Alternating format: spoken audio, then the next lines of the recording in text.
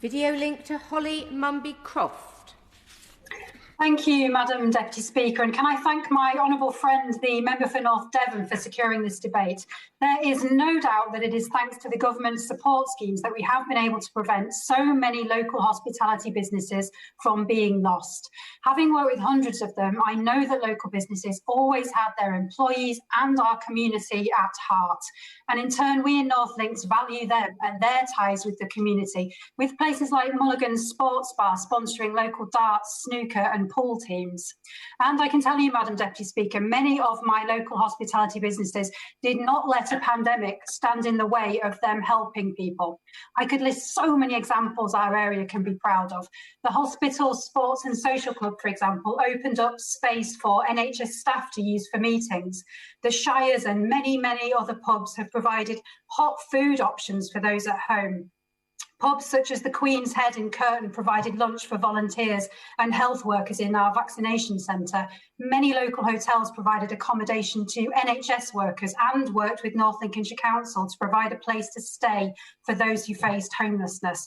Many businesses were able to innovate. The Black Door in Scunthorpe, for example, has worked to share their door-to-door cocktails idea with businesses across the country. Many venues started offering takeaway and delivery options. Some even generously offered their space for vaccinations to take place.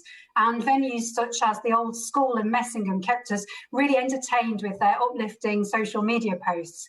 After a long imposed state of slumber, hospitality businesses in Scunthorpe are raring to open. From Hibblestow to Ashby, from Bottisford to Howsham, local business owners are preparing their teams and their premises to go back to work, but they still need help.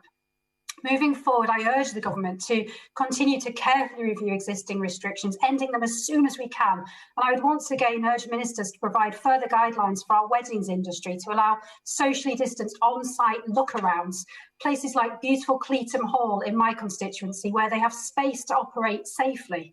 And I would ask ministers to review support for kennels and catteries, to open up the Kickstart scheme for long-standing clubs, and to consider suggestions for draft beer duty relief. I welcome the expansion in the size eligibility criteria, but I hope that ministers can work with colleagues in the Treasury to bring forward the date on which the fourth grants can be awarded, as many self-employed in my area need this support now.